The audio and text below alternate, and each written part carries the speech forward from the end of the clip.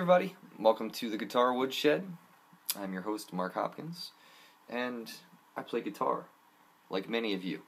And I talk to a lot of people about,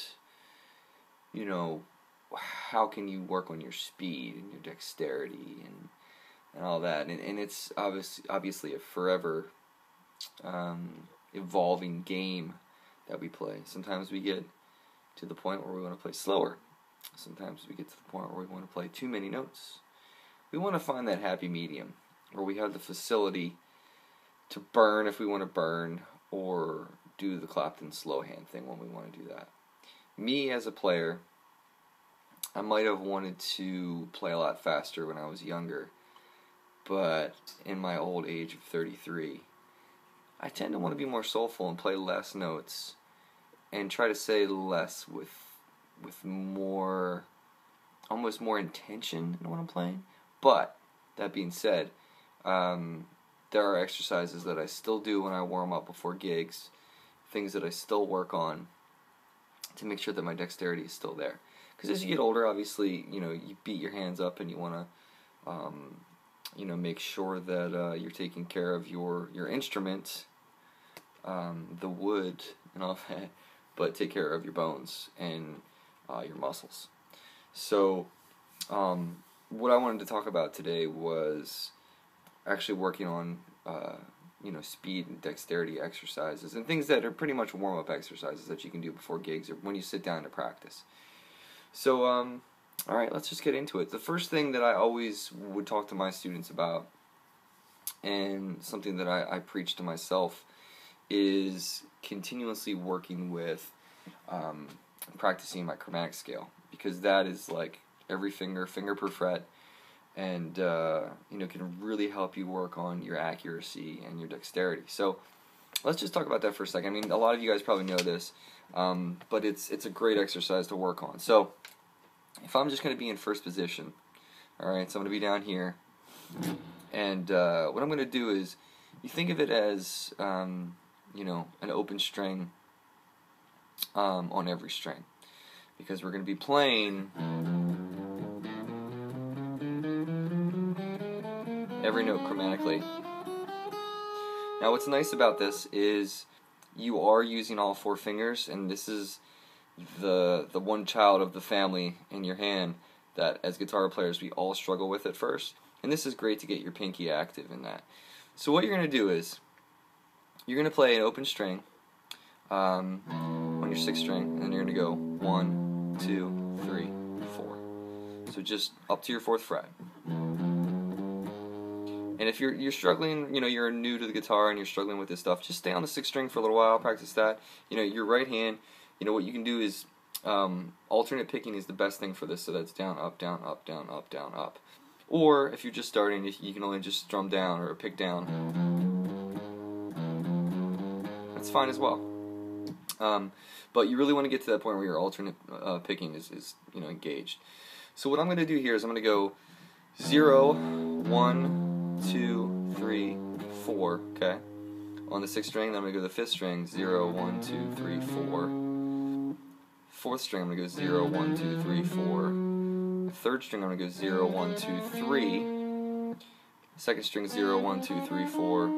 First string, 0, 1, 2, 3, 4. Okay?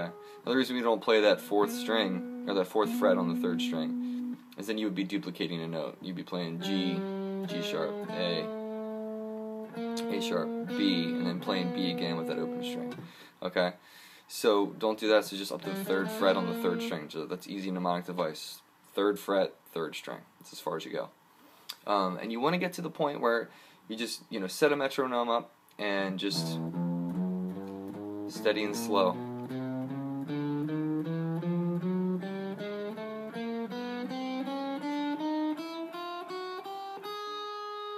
And then you're going to go backwards too. So we're going to start on the fourth fret with your pinky and go down.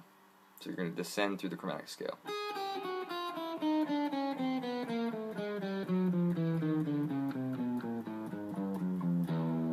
Okay? But you really want to make sure you're taking that slow.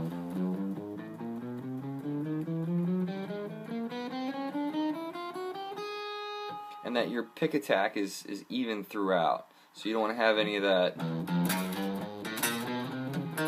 sloppiness going on or anything, okay? So nice even pick attack. You know, when you get to the point when you can run that a lot faster, you'll find that this is not only a left-hand exercise, but it's a right-hand exercise with the alternate picking stuff. That's the very first thing I would say you should work on. Every time you sit down and pick your guitar up, just do that, up and down, back and forth, back and forth. And then what you can do is, you can start to move that shape up, okay?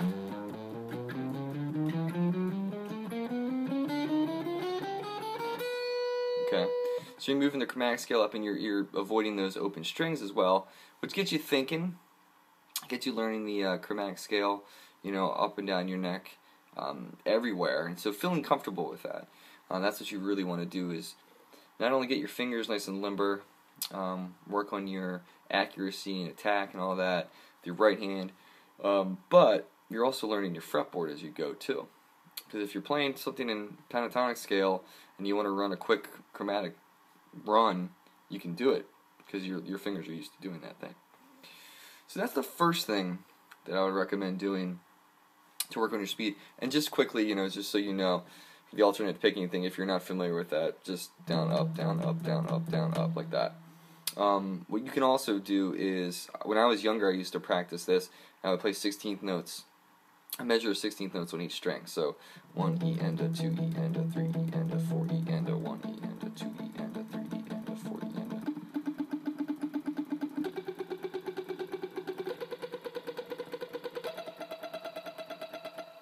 That was sloppy. But anyway, you get the idea. I'm holding the guitar up. So when you're doing the picking exercises, something that I found cool too is I'm very rhythmic. I really like thinking of soloing more rhythmically than melodically sometimes. And what I would recommend you do is start adding accents. So when you're practicing these, so 1 E and a 2 E and a 3 E and a 4 E and a, you could start with the downbeat, you know, so 1, 2, 3, and 4, you're going to hit a little harder, so 1 E and a 2 E and a... Alright? And a lot of times what you find with jazz players, phrasing, that's a whole nother topic, and we'll do that later down the line. But phrasing comes from rhythmic ideas like that. Okay, so starting your line on the E of 1, or, you know, the and of 2, whenever you're improvising. Whole nother lesson. We'll talk about that later. Alright, so that's the first one. The second one is a lot of fun. It sounds cool too. So little tricks. We're going to do a tritone exercise that I think is pretty fun. It's going to look kind of like, you know, like you're going diagonal across the neck. So what we're going to do is you're going to start with the first fret on the 6th string. Then you're going to take your second finger, you're going on the 2nd fret of the 5th string. 3rd finger, 3rd fret, 4th string, and pinky, your 4th finger is going to be on the 4th fret of the 3rd string. So you're going to be like this. Alright? So you can get used to doing that.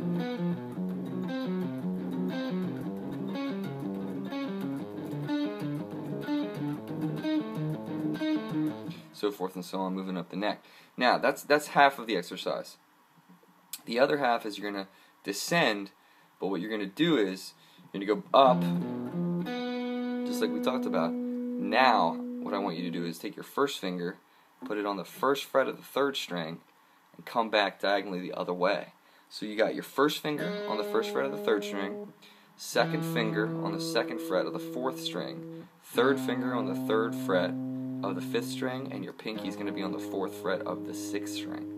So it sounds like this.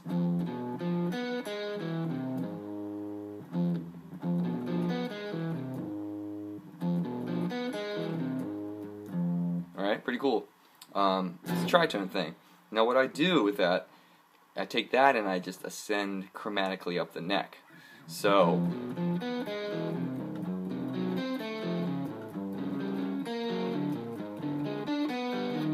you can also do stuff like this.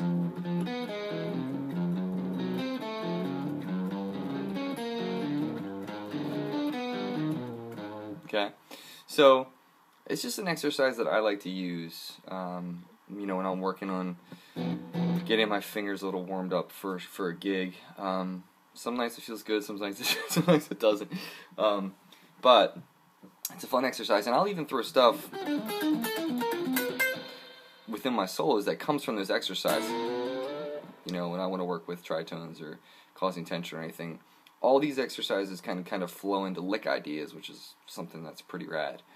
And the last thing that I want to talk about is doing an exercise where you're alternating fingers, and you are working your way up the neck and then back down. It's a very simple idea. You're just taking a combination of fingers and you're doing a pattern. Let's start on the 3rd fret on the 6th string, okay? Now what I'm going to do is, and all this stuff is finger per fret. Always think finger per fret when you're doing these exercises. I'm going to take my first finger, and anytime I'm playing on the 3rd fret, my first finger will be playing that note. Anytime I'm playing on the 4th fret, my 2nd finger will be playing that note.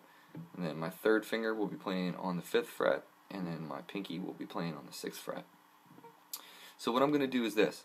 I'm going to play my 1st finger and my 3rd finger. So that would be 3rd and 5th fret.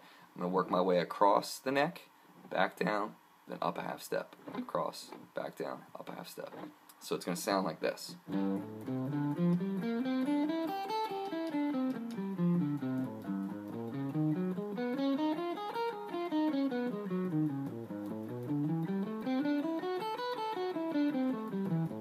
Okay?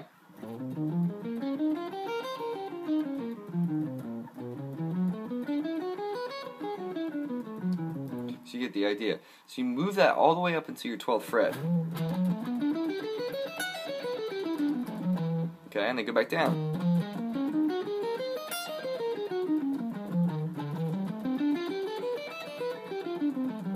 Okay? So it's kind of like lifting weights. You're going to find that your left hand's going to start to burn, or your fingers are going to start to burn a little bit. It's like lifting, you know, a bunch of weights and your muscles are burning. So when you're moving across like that, change it up, do different patterns. So 1 and 3, 1 and 2.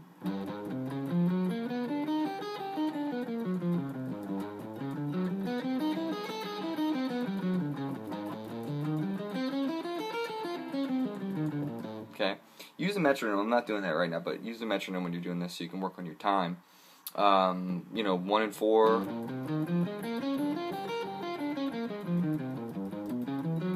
You get the idea. Okay, and that'll work on your you know, alternate picking here. You know, once you kind of get used to doing that, start doing hammer-ons. Okay, up and down your neck. And all this stuff will help improve your speed. It doesn't seem like it. These exercises would do that, but they do really start to get inside of you and really work their way out into your playing. You're going to see a huge difference. Even if you do this to give it a couple weeks, you know, you'll see a huge improvement in your playing, your accuracy. It's all about your accuracy. You know, pertaining to your dexterity, you know, the speed of your right and your left hand connecting. All this stuff's good for improving every angle of that. So just work on it, work hard, work often. Don't overdo it because you can hurt your wrists. If you start to feel any discomfort, stap. Ice works good for that stuff. Yeah, these are great exercises, stuff that I do all the time, stuff that I do after I set my gear up. Before I play a gig, I run all these exercises. So good luck, guys.